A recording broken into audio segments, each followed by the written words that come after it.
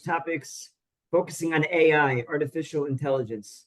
We have a three-part series tonight. We will deal with AI in the lab, and I couldn't think of a better equipped and most appropriate candidate for this show, for this episode, than Dr. Alan Copperman. Dr. Copperman and I have known each other for quite some time. Dr. Copperman is the Director of Infertility at Mount Sinai, as well as the CEO and founding physician of RMA of New York. RMA of New York is a center that PUAH has worked with, I would say, 20 years, if not more. Yep. Maybe more, 25 years we've been working with RMA. I can only imagine how many PUAH babies have been conceived in the doors of RMA of New York, and especially with Dr. Copperman's expertise. It's really been a pleasure.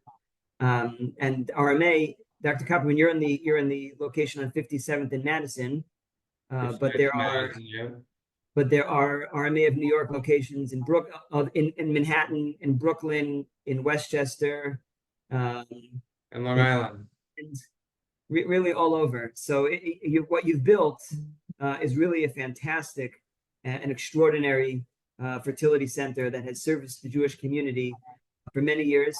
For that, we say thank you. And we're really, really privileged to have you join us this evening. Thank you for the kind words. It's an honor to be here.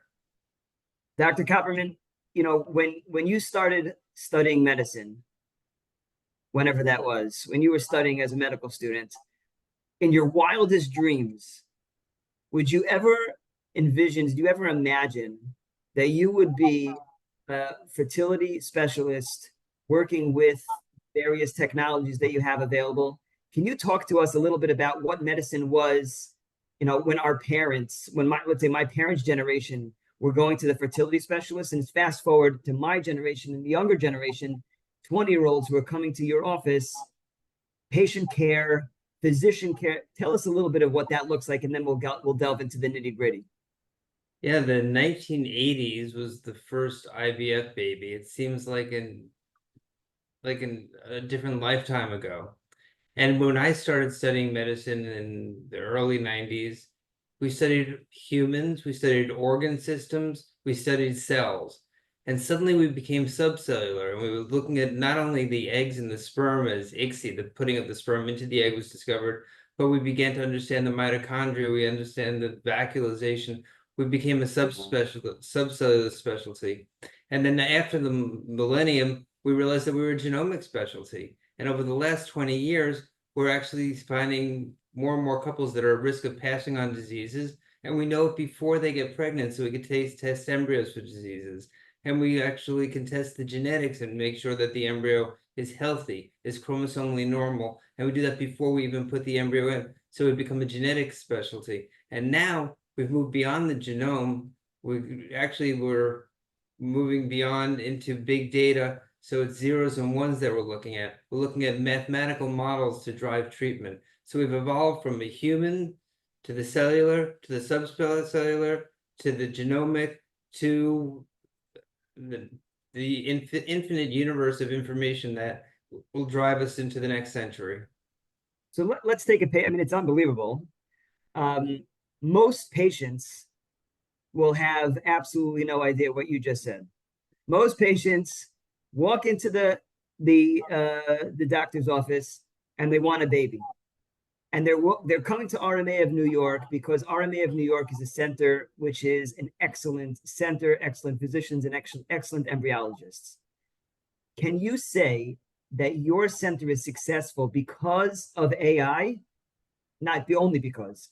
Well, it's super successful because you're able to incorporate AI into the treatment. And if that's the case, tell us a little bit about what does that look like for the patient? How is the patient experience different because you are using artificial intelligence in your workup, in your patient package, and then we'll move on to the embryologist and to the embryology lab. Well, thanks for taking me down from the clouds back to the people. Yeah. And the people is what it's all about, and asking the questions. And sometimes the simple questions. Are the eggs okay? Are the sperm okay? Is the uterus normal? Are the tubes open? And is the timing perfect? once the basics are covered, we could start interventions. And sometimes it's low tech, sometimes it's pills, sometimes it's a minimally invasive procedure, and sometimes it's high tech. The sperm count is so low, the anatomy or the eggs or the genetic risk is so high that we use the laboratory to put the eggs and the sperm together in vitro fertilization. And that's where the magic begins as far as science and technology translating into human lives and dreams coming true. So you can build a laboratory anywhere. You can take eggs and sperm, put them together, make an embryo, and you can get some pregnancies. But if you focus on the data, on quality controls, you have the perfect air quality, the right culture media, the right people, the right incubators, the right pHs, the right concentrations of proteins in the supplements of the culture media, and the right people paired with the right people to put the embryo into the uterus, you're going to have much higher success rates. So you talked about a bunch of terms. We talked about artificial intelligence. Artificial intelligence is simply a computer system that imitates intelligent human behavior. Think pushing a button and having your TV go on, or maybe even your Apple TV go on. And then we have machine learning, which is layered on top of artificial intelligence. It modifies itself without human intervention. It knows mom, dad, kid, what they watch every single day. And then there's deep learning, and that's where we're really heading in artificial intelligence. Deep learning is multi-layered. It is maybe it recognizes your face, it knows what patterns, it knows the conversation that you had today, and it knows that you're really going to watch an episode of The Bear or some other TV show. So layer that type of deep intelligence, this neural network learning on the laboratory. I want to know if I've got 50 incubators, I'm running 10,000 IVF cycles. I want to know which embryos are developing the fastest, which maybe we need to service, which culture media is the right batch, which pair of people, which embryologists are the right to put the sperm into the egg, which doctors are the right ones to transfer the embryo. That information, it can't be looking at a box score and saying, I think this is better, A is better than B. That's deep learning that needs to be done by computers and can be done by computers. That's how you optimize outcomes. I think that one of the most frustrating experiences that patients undergo is a failed transfer. Let's say a failed transfer and also an unsuccessful harvesting of eggs, the retrieval. They wanted more eggs. They thought they were going to get more eggs, and those eggs didn't develop. Is there a technology in the lab that the lab can utilize that could either pinpoint the right time to harvest the eggs, or there is a technology that can protocol? There's a technology that can look at a patient, study a patient's history, and say, this protocol, that this mainstream protocol, these sets of injectables and this dosage, that's not for you. You fall under the category, a different category. And machine learning, AI, whatever we call it, will basically custom tailor a protocol to a specific patient, as opposed to a doctor saying, well, that didn't work, we'll have trial and error, let's introduce another protocol. How fine-tuned can protocols be, timing of retrieval and timing of transfer be, based on various technologies? Like, what's out there? Let's tell our listenership, give us a little bit of a history of how it used to be done in terms of when we schedule the retrieval, how we protocol and stimulate patients, and what has now changed because we have technology available, especially the artificial intelligence. In the early days of IVF, it was hit and miss. People would ovulate at 3 in the morning. We'd retrieve the eggs before they got released. In the later days, we trigger patients to mature the eggs and retrieve them before they're released. But you have to know what day, and you have to know how much medication, and you have to know what protocol. And by protocol, what sequence of medication is going to optimize. We're not looking to maximize and be aggressive. You don't need the most number of eggs. We don't need to minimize. I think minimal mini stimulations and minimal IVF makes no sense. We don't want the worst. We don't want the most aggressive. What we want is optimal. So how do you optimize for outcomes? You take big, huge amounts of data, put it together, take the experience of tens of thousands, hundreds of thousands, millions of patients, and you find what's called in artificial intelligence NNKs, nearest known neighbors. You find people that are just like your patient that you're taking care of, and how did they do when they went on this protocol versus this protocol? How did they do when they went one more day or one less day? How did they do with a higher dose or a lower dose? And that's how you dose regulate. That's how you assist and use natural language processing, you use machine learning, and you choose protocols based on the experiences, not just what you've had as a doctor, but what hundreds of thousands of people. You and I have talked about autonomous cars. Wouldn't, we've all maybe had a little fender bender in a parking lot. Wouldn't it be great if everybody in the world learned from what a mistake that you and I made? That's what we do with IVF. We have machine learning algorithms that know how to not overstimulate, how to not understimulate, how to find the right dosage. That's the beauty of using big data to drive decisions. It's different than we've done things in medicine. There's a right way to do things. Mhm. So what does that look like? In other words, I'm a new patient. I sit down in your office and I start to tell you a little bit about my history and my wife. And after that consultation, so now what, the doctor inputs the patient history into a computer and analyzes, their case, or they're being stimulated over the week. And as you're monitoring them and you're looking at follicle growth and follicle development, so then you input that into a computer. Like, talk to us. How does it work? I understand the big picture of what we can gain by looking at all this data, but practically, how does that make me as a patient more successful and have better outcomes for you and you as the physician and me as the patient? So you're talking about a field of medicine that's really decision support tools. So how does a patient, when it's explained to them what protocol or what procedure to go through, or IVF or ICSI or embryo biopsy, and the doctor how to make decisions, you need tools. So we have built some tools to go into our electronic medical records and pull out information that helps us with decisions. Helps us dose find based on their body mass index, based on their age, based on their goals.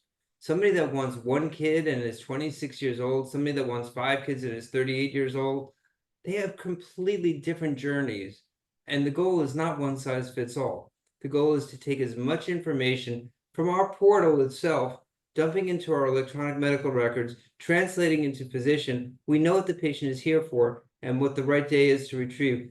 Even starting the patient's medication to make sure that their egg retrieval doesn't fall on Shabbos. We actually have used machine learning to help us optimize days of the week that will help make a patient feel more comfortable and have their retrieval on a day that doesn't compromise outcome. Wow. That's the beauty of big data. Okay, round of applause. That's fantastic. So are you suggesting that? I mean, I didn't realize this. So when you have a consultation, whether it's you as a physician or the nursing staff, and you collect data from the patient, you collect age and you collect hormone levels and you put, and as you said, their goals, what type of family, we're looking at a family of 1 or 2 children versus a family of 6 or 7 or 8 children. You put that into their records. So it's not just writing a piece of paper and, slapping it on the wall, this is Segelman. So what you're telling us and what all of our listeners is that when you input all of the patient information, that information is being processed by AI technology and will then will output guidelines for the physician how to help steer that patient in the right direction for optimal success. Is that what you're saying? That is perfectly summarized. Yes, we take information and it translates everything in the records, everything the patient has told us, into simple information that can help us with the assistance, and you and I have also had conversations. There's real intelligence and there's artificial intelligence, and they're not distinct entities. There's a lot of the Venn diagram of the two of them. There's a lot of overlap. Mm-hmm. So we take the information and then we listen to the patient too, because the computers are not as good yet as listening, hearing the goals, hearing the dreams, and making sure that the patient's needs are met. But yes, figuring out the right protocol, figuring out the patient's goals, figuring out the right incubators, learning from what protocols work the best, all of that is automated. And then we ask questions too. I mean, the top level of artificial intelligence is when the computer tells you the answer. It turns out that all patients, or if patients take a certain medication, they do better or worse. That would be great. But sometimes we ask hypothesis generated questions. if a patient, we asked recently if a patient is taking an antidepressant, an SSRI, whether their embryos are just as good. So we did natural language processing. We wrote out a list of all the different SSRIs. We looked at a universe of all the outcomes, and then we published an article showing that it does not impair outcome, and that the patient should take care of themselves, and it's not going to help, it's not going to worsen their outcome. In fact, it may make for a healthier outcome for mom and for baby. That is using information, and the computer is helping us to get deeper knowledge than we could ever do by hand, the old-fashioned way, where you send your medical students to thumb through chart after chart after chart. Yeah. Wow. So I see there was a question that was submitted from one of our participants. Does that mean, based on our discussion up until now, when you have a patient that's looking into various facilities, various physicians, I have different options, in our area in Los Angeles, in your area in New York, there are multiple facilities in which to choose which fertility center you're most comfortable with. Is one, when you're going down like your own personal checklist, I want a male physician versus a female physician. I want it to be walking distance. I don't care if it's walking, whatever your issue, whatever your preferences are. Should one of your questions be, to what extent does this lab utilize artificial intelligence to help custom tailor patient protocol? Or is that something which is all across the board? Or no, maybe some labs do use it and others are more old fashioned, and maybe it's worthwhile to go with the newer, updated, more modernized approach than the old fashioned way. I'm going to sort of answer the question, but say that the outcomes are publicly available. SART, the Society of Assisted Reproductive and Technology, publishes, the CDC publishes outcomes. You don't have to go to a clinic that tells you that they use AI to select machine learning algorithms to pick out embryos, or AI to help identify incubators that don't have the right blastulation rate. Instead, you can actually look at what the outcome is, and then you call up and see if they hear you, if they listen to you, if they make you feel comfortable, if there's an inclusive environment that they're open to PUAH coming and observing in the laboratory and watching. Maybe you can tell, like, when you go into the laboratories, you must see differences there too. It's not just the computers, it's the quality control and the human touch. For sure, for sure. But that's, and I agree with you 100%. Well, let's take a patient that was not your run-of-the-mill young unexplained fertility, or we just need some IVF to help us. Let's say you have an older woman, the older patient. Actually, someone just submitted a question regarding a woman with low ovarian reserve, low AMH. She writes here: is there a better facility to choose for for over 45? Let's say we're dealing with a patient that the protocol is going to have to be really, really precise, because we're not dealing with someone with a tremendous amount of eggs, a very high fertility, success rate. For them, they don't have the time for the trial and error. And some of them might be willing to sacrifice bedside manner and all of that. That's just jazz. That's icing on the cake. I need my baby, and I need my baby now. So are there clinics that you would say in your experience are better equipped to deal with those more difficult cases because of the technology, and they don't waste time with trial and error? I can give you, based on millions, hundreds of thousands of patients, that this is the protocol for you. Not to say that's a guarantee. There are no guarantees. Yes, but I mean, there was You recently, must be Jewish. Dr. Copperman, you must be Jewish. Yes. on one hand, no, there was a series of clinics that just opened up saying that they used AI, and they didn't do very well, and they went bankrupt. It was national. I mean, so the words are sexy. We use machine learning algorithms, and we're different than everybody else. The proof is in the statistics, and you don't have to sacrifice hand-holding. You don't have to sacrifice compassion. You don't have to sacrifice your religious beliefs. If you want a collection device, if you're a mikveh observer, you can actually have it all. You can have the success rates. You can have the artificial intelligence, which I think lead to the better success rates. I mean, every single embryo transfer we do, we have a machine learning algorithm that takes a look at the grade of the embryo. What day they were there, day 5 or day 6 or day 7, were they inner cell mass, the trophectoderm, the meticulous details, the morphokinetics, the speed of division, takes a look and tells us For this patient, this is the best chance of having a healthy baby. We think we should choose this embryo. And not every lab does that. I mean, we've done 60,000 transfers. I mean, some laboratories have done 200. It's just, that's where your difference is. I see there's another question that came in relating to um, low ovarian reserve. Can you talk to us a bit about technology that's available, perhaps artificial intelligence, some type of program or some type of protocol that's available to help women who are struggling to even produce one or two eggs, women who are either advanced age, advanced maternal age, or even younger women who have diminished ovarian reserve, and 20-year-old woman, but she has the ovaries of a 40 or 50-year-old woman. Right. She desperately wants a child. What types of technologies are available to help them with their journey? So taking a step back, a woman is born with all the eggs she's ever going to have in her lifetime. In her 20s, 90% of the eggs are normal. In her 40s, 90% of the eggs are abnormal. And that's inevitable. But some women age faster or slower. So when we have a woman that has diminished ovarian reserve or premature aging of the ovaries, we know it. She often has shorter cycles.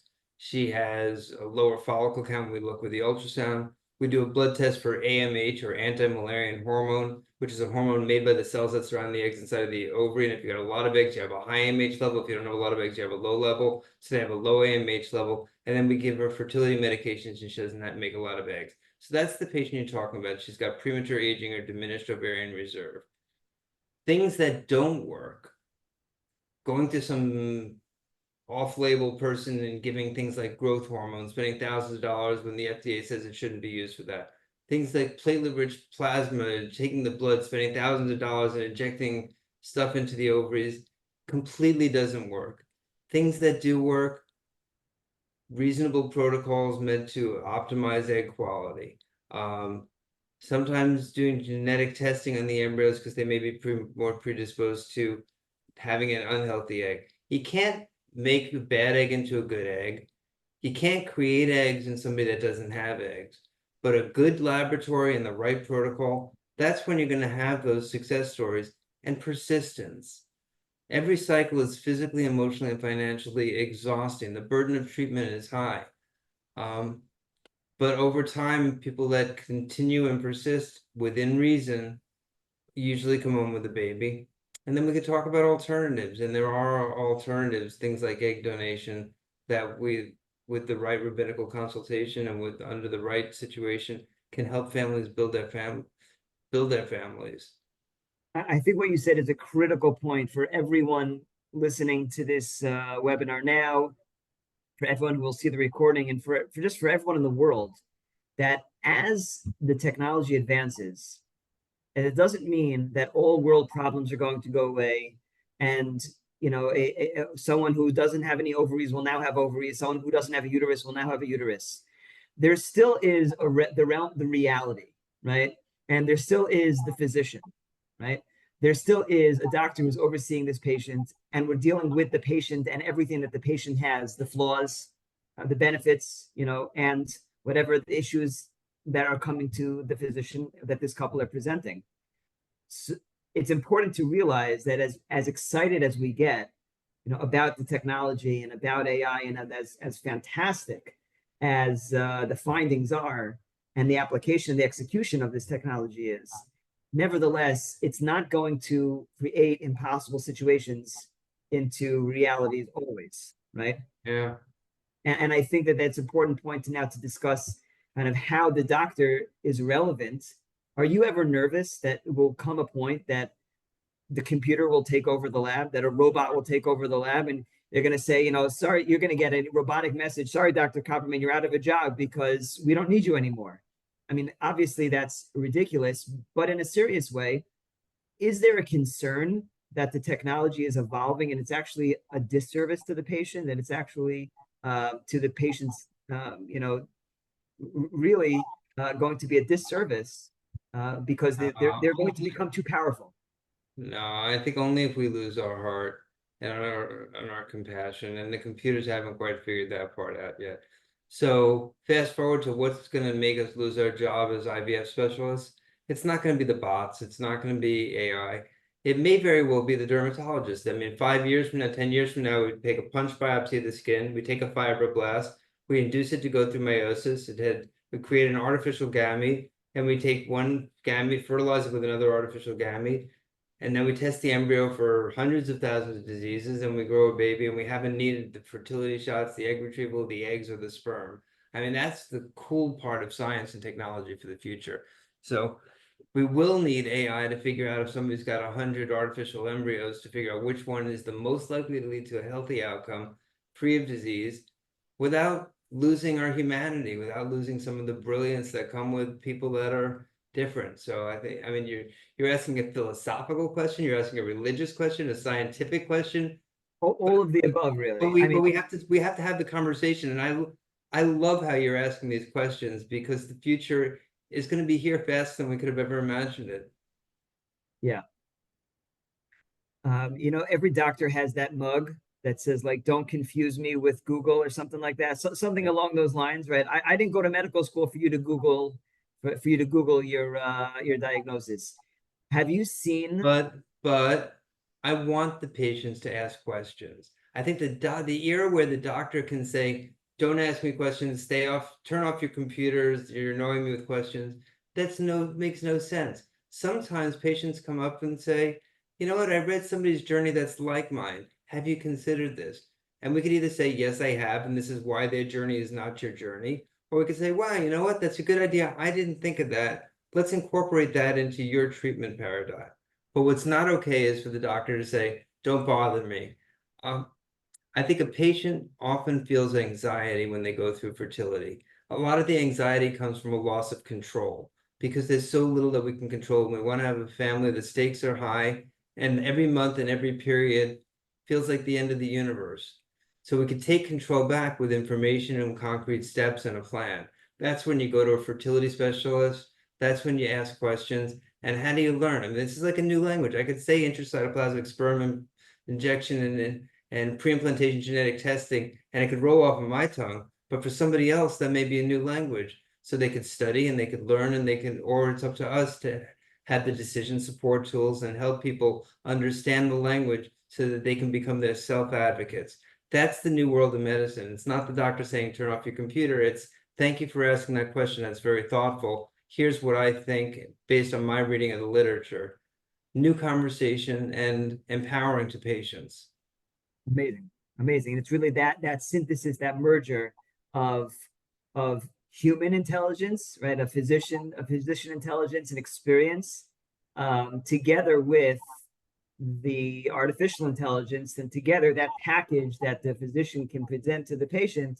That seems like the optimal package, with hopefully yielding in the optimal results. And you're using, I think, the perfect word. This is optimization curves. This is not the most babies, the fewest babies, the most medication, the least expensive. This is what is the optimal journey. To come up with an optimal journey, you have to define good and bad endpoints. And that's where the humans do still come in. We know that miscarriages are devastating. We know that twins, while they sound exciting, can often be complicated. 5 times the risk of prematurity, maternal and fetal risks. So having one baby, not failing cycles, not having a miscarriage, and you start to build these optimization curves to figure out for any one patient, for any one couple, what the right algorithm is to put them on the right treatment pathway, the right journey level treatment pathway. So there's this concept in big data of building an in silico model. It basically means on a chip. So instead of building a model with bricks and Lego pieces, we take tons of information and we build these models, and we change the trajectory of a population from one towards sickness to one towards health. And that's cardiologists do that, pulmonologists do that, immunologists do that, rheumatologists do that, and as fertility specialists, we have to do it too. So it's not always infertile and fertile as a dichotomous outcome. There's subfertile too. And then there's family building. That 40-year-old couple that falls in love and wants to have 3 kids, they can't putz around with 2 years of infertility. Right. They may need to bank embryos immediately. So how do you build the model that explains to them what their likelihood scenarios are? You lean on big data. How many people like them have not reached their goals? How many have reached their goals? And the ones that reach their goals, what did they do?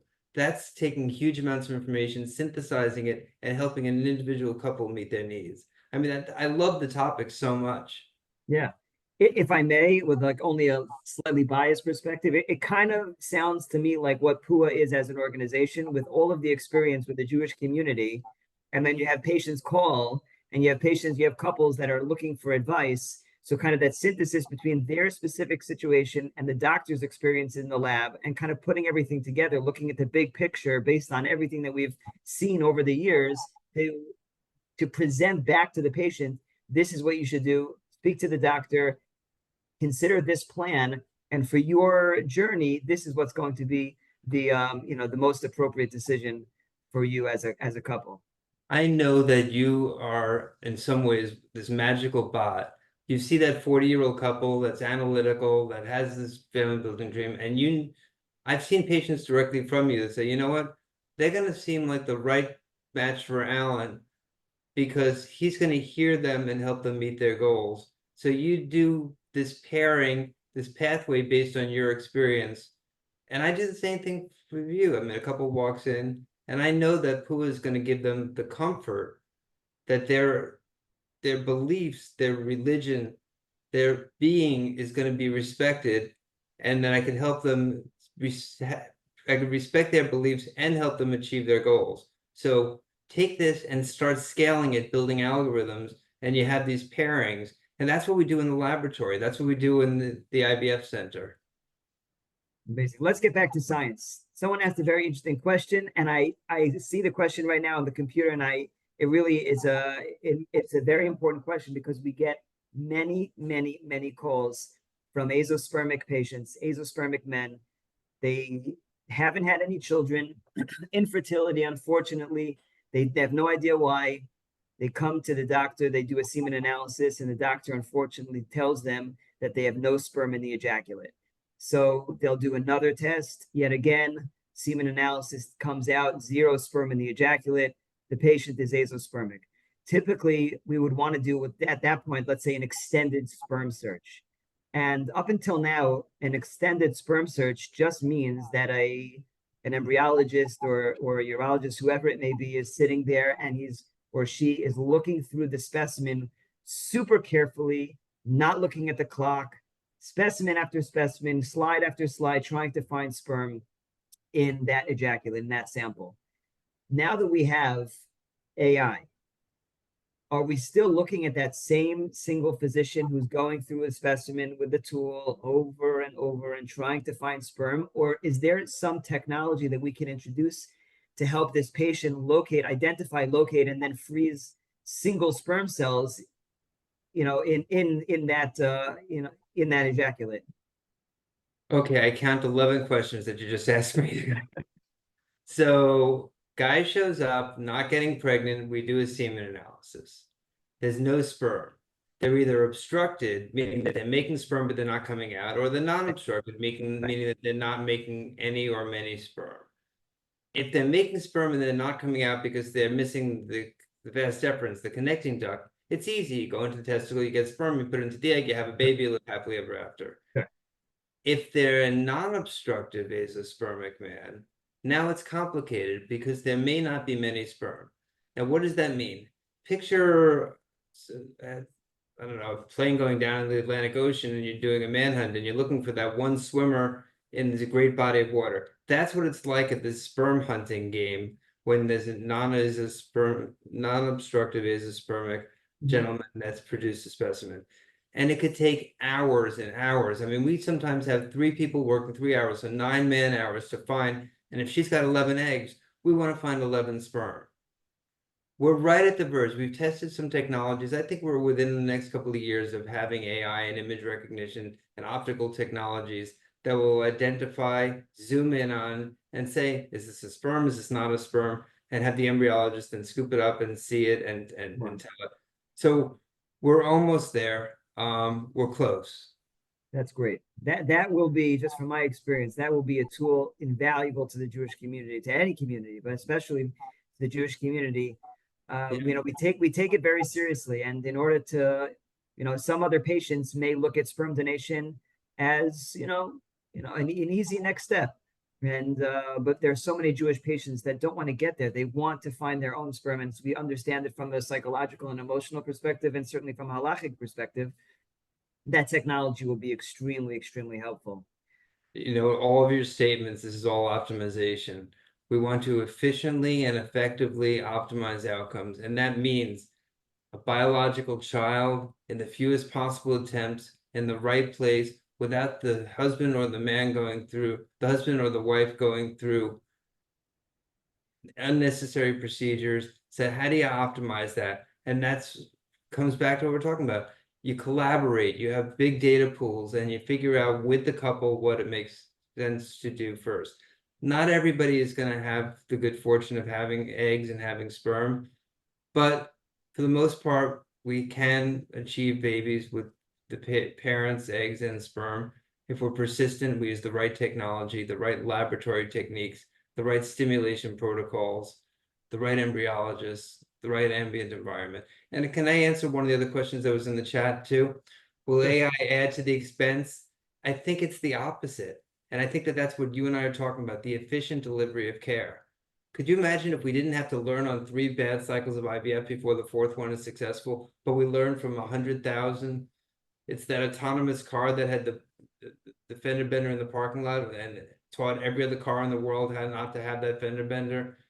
If we get it right the first time, we're going to have better outcomes, more cost-effective outcomes. Computers are cheap. Programmers are expensive, but computers are cheap. Yeah, that's a great point, because I mean, how many times have we had couples saying we're on our 11th cycle? We're cycling now for the 6th, 7th, 8th time. Now, perhaps the reason is because there's a trial and error element here. Oh, let's try that protocol. Let's try that protocol. That didn't work. Well, maybe this will work. But the moment we're able to analyze their specific situation, what she's got and what he's got, and you're comparing that against hundreds of thousands, if not millions of patients, forget the first 3 protocols. Those three cycles that they did were a waste of time and a waste of money. Skip right to this protocol, and instead of this patient spending hundreds of thousands of dollars, they can spend tens, hopefully just tens of thousands of dollars. And we will discover more biomarkers, and we will come up with a bit more and more improvements in stimulation and laboratory techniques. We're getting more efficient. We're getting more cost efficient. I mean, look at genetics testing of embryos. Originally, it's like, well, that's going to spend thousands of extra dollars per cycle. But what we're saving in human suffering and miscarriages and failed cycles is astronomical. It's a multiple of what the cost is. So there is some cost involved in some technology, but the prevention of human suffering has significant emotional, financial, societal benefits that outweigh the risks. Yeah. Let's talk about embryo screening for a minute. Couple goes in for IVF cycle. The doctor says, well, there's this technology called pre-implantation genetic screening. I'm able to screen the embryos to see which ones are healthy, which ones are not, which ones are normal, which ones are abnormal. Great. Patient says, yes, let's do it. We'll pay the extra few $1,000s. And the doctor comes back with the following report. These embryos are fantastic. These embryos are disastrous. And then we have a few embryos that are very, on the, there's a spectrum. They're on the verge, or maybe they're good, maybe they're not good. What do they say? Inconclusive. Inconclusive results. And that's how it has always been. Has there been now new technology to help us better understand the screening of embryos, to get rid of that ambiguity, get rid of that gray area? Either it's a genetically normal or abnormal, and what are the chances of implantation for these embryos over that? That's where we're making the major advances in the laboratory with next generation sequencing. So in the early days of embryo biopsy, you'd look at 5 different chromosomes, like 21, 13, 18, maybe the X chromosome. And you'd hope that you'd get it right, which embryos are normal and not. Now we look at 100,000 data points spanning the entire genome, points on every single chromosome. So it's easy to call trisomy 21, which is Down syndrome, trisomy 18, monosomy X, some of these major chromosomal abnormalities. We're also finding pieces of chromosomes that are missing or duplicated, and those are more complicated because some of them are going to lead to a healthy baby. And then the new finding that I think that over the last 5 to 10 years that's been complicated calling is mosaicism. So the embryo is 125 cells, and I think that's really what you're talking about. Yeah, 100 to 125 cells. We take off 5 cells. It doesn't miss them because they were going to be the placenta. They weren't going to be the baby. exactly. And 3 of the cells are perfectly normal, and 2 of the cells were abnormal. So it's not entirely normal. It's not entirely abnormal. It's a mosaic. There are 2 cell populations. Now, if it's a mosaic trisomy 21, we're afraid to put it back in because there's a high probability that this child will have significant developmental, intellectual, physical problems. But if it's a mosaic chromosome 1, for example, trisomy 1, we'll say, all right, it either is a lab error, it was going to be the placenta, or it's going to not implant, but we can transfer that embryo if it's the patient's only embryo. So that's when you need huge amounts of data, and natural language processing, reading through the world's literature on case reports, and then you sit there and you have a real conversation with the patient. Mm-hmm. So yeah, it's complicated. It's nice to say yes, no, but there is that gray zone, and that's when you need big data to help drive better patient-centered decisions. And maybe the patient's last embryo, the patient may be 26, and maybe she can make another batch of embryos and have one that's definitely positively normal. Is there technology on the horizon that will be able to give us as conclusive as can be kind of decisions? Implant this one, do not implant that one. We're coming really, really close. There are a couple of biotech companies, femtech companies that are doing whole genome sequencing. They're only reading the portion of the genome that is expressed, that is being read out, so the exome, and they don't have information yet on which ones are completely normal and not, or whether every cell is normal. So we're getting there, but we're 3 years away from real reliable whole genome reading. And then we're going to have some complicated ethical decisions. This is a perfectly normal baby, but at 30, maybe they'll have Crohn's decision. This is a phenomenal, normal female embryo, but she might have rheumatoid arthritis when she's 40. Like, we're going to have some really tough decisions, and maybe they're not tough for some people. Of course, that's a normal embryo, but maybe there's one that's not going to have one of these polygenic disorders, these multiple gene disorders. So the ethicists, the rabbis, the doctors, the patients, we have to keep these conversations. I mean, that's why I love how much you read and learn about genomics and big data, because patients are going to turn to you as well as to me to make these complicated decisions as we get these gray zone answers in the future. Yeah, absolutely. With the short amount of time we have left, let's shift over from eggs to uterus. You can have the best eggs in the world, best quality embryos, but if that uterine lining is lacking in any way, that uterus is not the proper environment for a healthy pregnancy. So we're going to have the very frustrating, disappointing, and really the distress of whether it's an implantation failure or recurrent miscarriages. Can you talk a little bit about the uterus as the host, as the environment for the embryo? What types of technology are available to screen, scan, and identify what's a healthy uterus, what needs to be rectified before we can go ahead and do that embryo transfer, so we don't waste your time with then a failed transfer, and what types of technology are available for women who are suffering recurrent pregnancy loss, recurrent miscarriages? I know, also loaded question with a bunch of different questions, but the uterus, implantation failure, recurrent miscarriages, what's available for that that patient body? All right, that was 16 questions. You just stopped yourself. Sorry, we don't have so much time. We got to get it in. All right.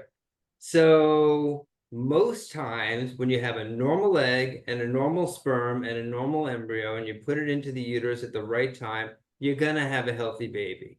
The uterus is in general a permissive receptive organ.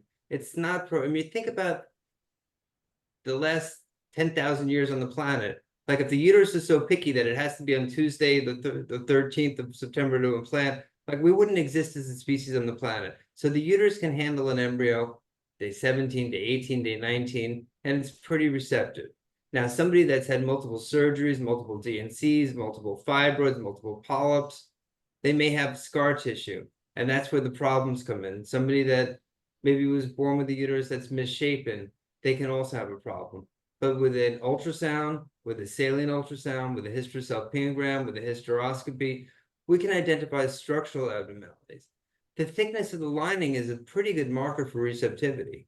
If that lining gets to 7 millimeters, the uterus is not often a problem. If it's 8 or 9, it's probably not even better than 7. 7 is fine. 6 is, I sound like I'm haggling. 6 is also not so bad. Once you get thinner than 6 millimeters, then you have a problem implanting because there's not enough. I don't know. You picture the infield at a baseball game. There's not enough sod. There's not enough soil. There's not enough receptive environment for the embryo to invade, the placenta to invade, to get nutrition. It's not easy to fix, but repeated attempts often achieve success. Sometimes surgery is necessary. Sometimes different estrogen preparations are necessary. And there are times that third-party reproduction, we don't go right to gestational surrogates. And again, some people are not comfortable with it. It's nobody's first choice to have somebody else carry the baby. But there are lots of different ways in modern medicine to build a family. But I think that this whole field of this whole internet world of one embryo or 2 embryo transfers didn't work, so I must have a non-receptive environment. Think about it 50-50 event. This coin I flipped, not to trivialize an embryo transfer, but I flipped a coin twice and it never came up heads. I'm throwing out this coin is terrible. I've got a coin problem. It doesn't make statistical sense. You can have 2 heads in a row. You could have 2 failed cycles in a row. That doesn't mean the third one is anything other than 50-50. So if adequate lining, a good IVF center, a genetically tested embryo, I don't think that this whole internet world of implantation failure and my uterus has this major receptivity and hospitability problem. I don't think that it's as big a deal. I think it's usually the eggs and the embryo that's driving reproductive success and unfortunately sometimes reproductive failure. Understood. There was an interesting question that came in. The more we utilize AI, technology, computer programs, etc., what is the risk of hacking, viruses, etc., backfiring and seriously negatively impacting the patient journey? Cybersecurity, cybercrime, bad actors, that's a major problem that we're facing. I'm worried about it at all. I'm worried about the power grid. I mean, not to spread widespread panic. I'm worried about the autonomous cars. I'm worried about airplane. Like, hacking is a major problem out there. I mean, most of us have had credit cards theft. Right. But I don't know that my genome on the internet is as big a problem. I don't know what anybody would do with it. I think my Gmail that I gave permission for Google to use in exchange for free use of this wonderful email platform, and they, in exchange, if you read the privacy agreement, can read and use all the information however they want. I think that we've given up a lot of our privacy.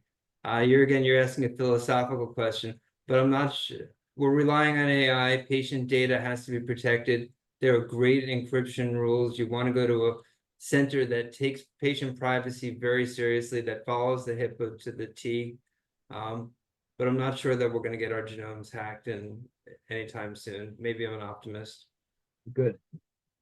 Let's end with one question for the future, and maybe it's not the not so far future, but can you talk a little bit about gene editing? At what point will it become, I don't want to say common practice or standard medical protocol, that when I present in the lab with an abnormal embryo, whether it's trisomy 21, 18, 13, BRCA, whatever it is, instead of discarding that embryo never to be used again, I mean, we've discussed, CRISPR, Cas9, we've discussed this in the past, but here we are again.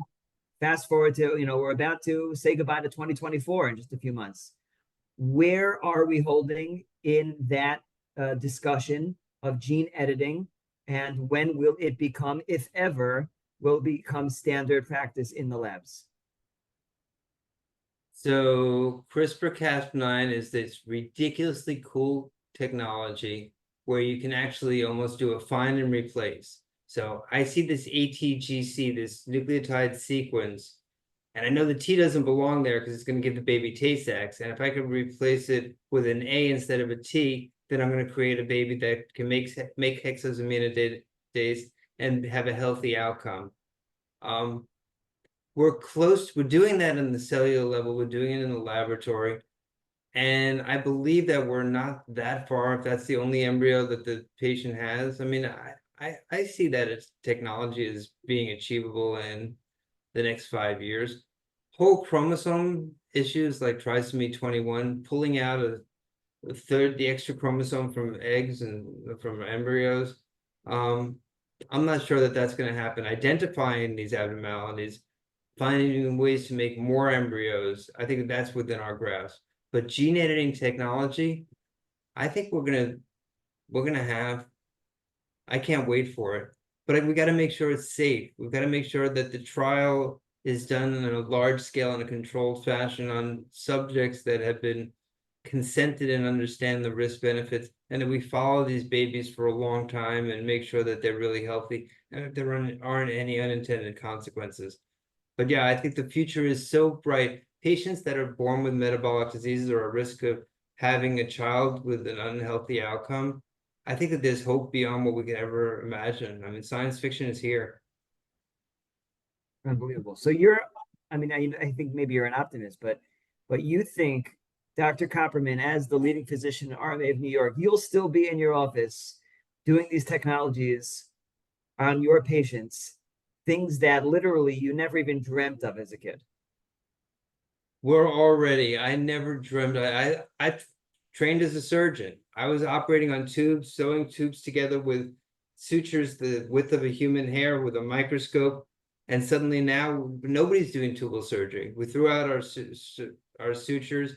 We went to laparoscopy. We threw out the laparoscopes. We went to robotics. We threw out the robots. We do surgery in a dish. And now we're talking right now about using a molecular scalpel, essentially, doing CRISPR-Cas9 technologies to edit genomes from And embryo. DNA. Yes, I would have never. I read science fiction as a kid, but I never thought that we'd be where we are right now. Unbelievable. So balancing, as we spoke about in the beginning, this synthesis between human intelligence, artificial intelligence, the patient care with your doctor, and actual physical hand that's holding, holding you through your journey, along with the hundreds of thousands, if not millions, of patients that have been analyzed to give you that custom tailored, approach and protocols for your specific journey. With all of that, what's that message that you give to our listenership tonight and everyone who's watching this recording? The optimist. Hopefully, what I would like is that optimistic message that that the technology is working in our favor, and the technology will hopefully help patient care outcome, of course, and more success for RMA and PUAH in terms of more Jewish babies. Yeah, don't be afraid to ask questions. Don't be afraid to hold your doctor accountable. Don't be afraid to dream big. Lean on PUAH. The support that PUAH gives to patients coming through, it's not just saying the bracha over the petri dish. It's not that at all. This is emotional support. This is comfort with technology. PUAH has revolutionized access to care for the community. So find a doctor who listens. Find a doctor whose success rates are good. Find a doctor who uses real intelligence, natural human intelligence, and is not afraid to learn from computers to put together the paradigm that is going to optimize outcomes. The future is ridiculously bright, even for couples that have failed IVF in the past. The technology is getting better every day. This is a story of hope. Amazing. Unbelievable. Dr. Copperman, this was an extremely eye-opening and captivating discussion. I am going to now share in the chat box a few emails for RMA. I think everyone should have gotten that in the chat box, and I will send my email as well. If anyone has any follow-up questions for Dr. Copperman or myself, please feel free to reach out. Let me just write this, fertility.org. And And I really hope that tonight's discussion was informative, helpful, educational for everyone here. And again, our goal is to bring it all together, to bring the patient care, whether it's from the medical side, from the halachic side, the emotional side, the technical intelligence, whatever it is. Let's put it all together and see what this wonderful world has to give us. What HaKadosh Baruch Hu, what Hashem has blessed us with, all the various intelligences, wherever they may be, in whatever form and capacity, to come together, to work together, to create that wonderful and optimal outcome. So I thank everyone for joining us. I especially thank Dr. Copperman. I didn't want to cut you off. You want to say something? I just said amen to you, bro. Oh, okay. And I'm looking forward to continuing the conversation. Keep your eyes out for the next AI series webinar, and wishing everyone a wonderful night. Please feel free to be in touch with myself or with Dr. Copperman. And we should only hear Besoros Tovos. There's nothing that we can do in this world right now, at this time in Jewish history, than create more babies, than bring more Jewish life into the world. That's what Am Yisrael needs. That's what Eretz Yisrael needs. That's what we need. So, Dr. Copperman, thanks for working together with PUAH to ensure that we're growing the Jewish community day by day. Thank you. Take care, everyone. Have a great night.